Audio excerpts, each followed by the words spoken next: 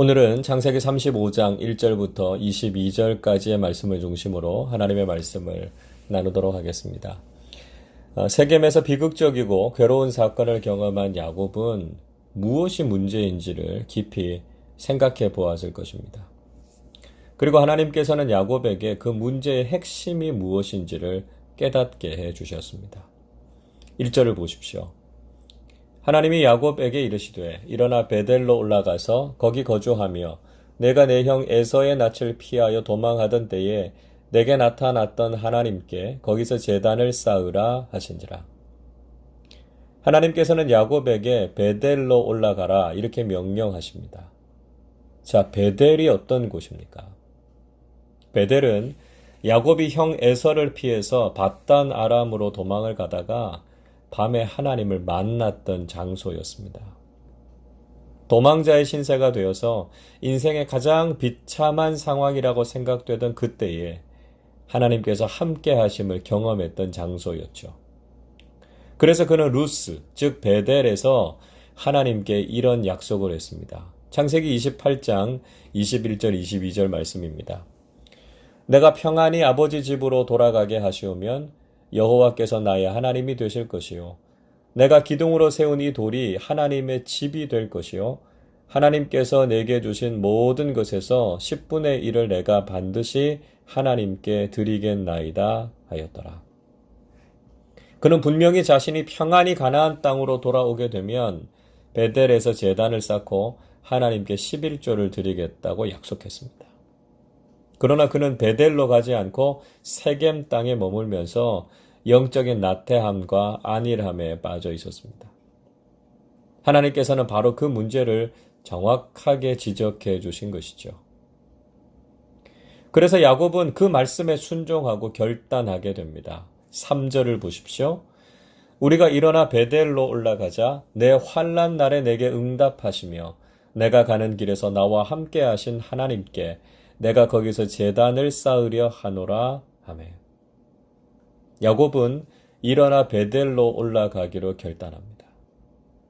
자신이 환난을 당하고 도망자가 되어서 쫓겨갈 때 자신을 잊지 않으시고 함께 하셨던 하나님을 기억하면서 제단을 쌓기로 했습니다. 야곱은 자신의 인생의 문제가 다른 그 무엇에서 오는 것이 아님을 알았습니다. 하나님과의 관계와 약속을 기억하지 못하고 영적으로 바로 서지 못한 자신에게 문제의 근원이 있음을 발견하게 된 것이죠. 여러분, 우리에게도 이런 영적인 깨달음과 결단이 있기를 바랍니다. 지금 우리가 삶 속에서 경험하는 모든 문제의 근원은 다른 그 무엇에 있는 것이 아니라 하나님과의 관계에 있습니다.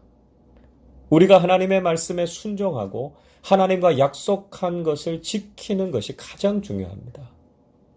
우리도 베델의 언약을 기억하면서 일어나 베델로 올라가는 결단이 있어야 합니다.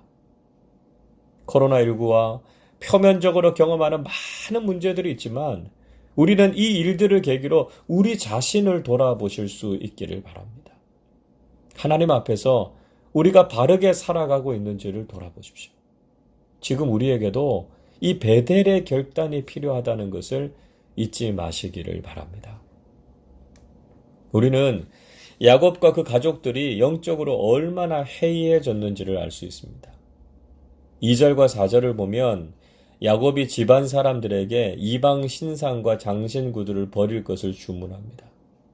그러니까 이들이 이방 신을 섬기고 잘못된 영적 습관을 가지고 있었던 것이죠.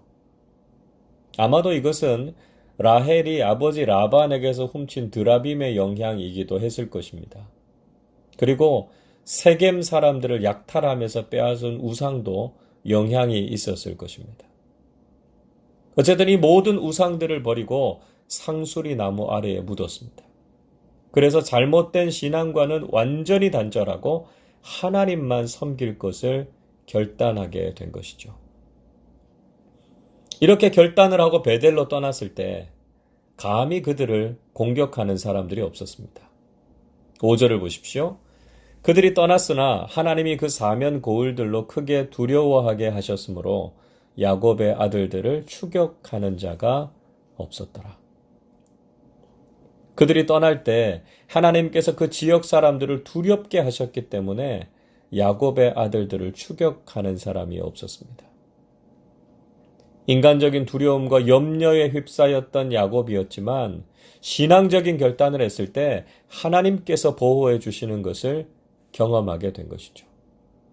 여러분, 이것이 교훈해 주고 있는 게 무엇입니까? 우리가 하나님의 뜻에 따라서 살려고 결단하면 하나님께서 지키시고 보호하신다는 것입니다. 세상을 두려워하거나 믿음의 결단을 하지 못해서 주저하지 마시기를 바랍니다. 우리가 믿음의 결단으로 나가면 하나님께서 반드시 도우시고 함께 하실 줄로 믿습니다. 야곱은 다시 한번 베델의 신앙을 고백하게 되죠. 7절을 보십시오. 그가 거기서 제단을 쌓고 그곳을 엘베델이라 불렀으니 이는 그의 형의 낯을 피할 때에 하나님이 거기서 그에게 나타나셨음이더라. 야곱은 그곳에 제단을 쌓고 그 이름을 엘베델, 베델의 하나님 이렇게 불렀습니다. 이것은 새로운 지명을 붙였다기보다는 그에게 있어서 베델이 어떤 의미인지를 다시 확인한 것이다. 이렇게 말할 수 있습니다. 예를 들어보자면 나의 제2의 고향 분당 이렇게 부르는 것과 비슷하다고 할 수 있습니다. 야곱에게 있어서 이 베델이라는 성읍이 특별한 의미를 가지고 있다는 것을 표현한 것이 바로 엘베델이라는 이름입니다. 그의 신앙이 회복되고 하나님의 임재를 다시 경험한 곳이 바로 베델이었습니다. 그래서 베델은 야곱에게는 절대로 잊을 수 없는 곳이었던 거죠. 여러분, 우리의 삶 속에서 엘베델은 어떤 곳입니까? 우리가 때로는 영적인 침체와 삶의 문제들을 만났을 때 우리가 돌아가야 할 곳은 어디입니까? 우리의 신앙이 다시 회복되고 감격적으로 하나님의 사랑을 회복한 삶의 자리는 어디입니까? 우리도 야곱처럼 엘베델의 경험을 통해서 다시 한번 하나님의 은혜를 회복하고 삶이 새로워지는 계기가 되실 수 있기를 바랍니다. 엘베델의 사건을 경험한 야곱에게 하나님께서 복을 주시죠. 9절을 보십시오. 야곱이 밧단 아람에서 돌아오매 하나님이 다시 야곱에게 나타나사 그에게 복을 주시고. 야곱이 밧단 아람에서 돌아왔다고 말하고 있습니다. 밧단 아람은 외삼촌 라반이 있던 곳이죠. 그리고 야곱이 그곳을 떠난 지는 한참 됐습니다. 그런데 이제야 야곱이 밧단 아람에서 돌아왔다 이렇게 표현하고 있습니다. 그러니까 그가 돌아와야 할 곳, 즉 베델로 돌아오기 전까지는 그가 돌아와도 돌아온 것이 아니었다는 것이죠. 하나님께서는 그가 베델로 올라왔을 때 그제야 밧단 아람을 떠난 것이라고 인정해 주신 것입니다. 그런 신앙의 결단을 한 야곱에게 하나님께서 복을 주셨습니다. 자, 어떤 복을 주셨습니까? 첫째로 하나님께서 그의 이름을 바꾸어 주셨습니다. 10절을 보시죠. 하나님이 그에게 이르시되 내 이름이 야곱이지만은 내 이름을 다시는 야곱이라 부르지 않겠고 이스라엘이 내 이름이 되리라 하시고 그가 그의 이름을 이스라엘이라 부르시고. 하나님께서 야곱의 이름을 이스라엘로 바꾸어 주셨습니다. 사실 이미 32장의 야복강의 씨름에서 야곱의 이름을 이스라엘로 바꾸어 주시지 않았습니까? 그러나 여전히 야곱은 자신의 정체성이 완전히 바뀌지 못했습니다. 그런데 엘베델의 경험을 통해서 완전히 이스라엘로 바뀌었습니다. 이제는 더 이상 과거로 회귀하지 않고 변화된 인생을 살게 될 것을 인정해 주신 것이죠. 둘째로 생명과 번성의 복을 주셨습니다. 11절 보십시오. 하나님이 그에게 이르시되 나는 전능한 하나님이라 생육하며 번성하라. 한 백성과 백성들의 총회가 내게서 나오고 왕들이 내 허리에서 나오리라. 하나님께서는 전능하신 하나님이시다 말씀하시죠. 창조주이신 하나님께서 아담과 노아에게 말씀하셨던 것처럼 또 아브라함과 이삭에게 주셨던 것처럼 생육하고 번성하는 복을 주시겠다 이렇게 말씀하십니다. 그뿐만 아니라 한 민족과 한 백성이 그리고 왕들과 같은 존귀한 사람들이 야곱을 통해서 태어나게 될 것을 말씀하셨습니다. 하나님께서는 믿음의 사람들에게 생명과 번영의 복을 주신다는 것이죠. 셋째로 땅의 복을 주셨습니다. 12절의 말씀 보십시오.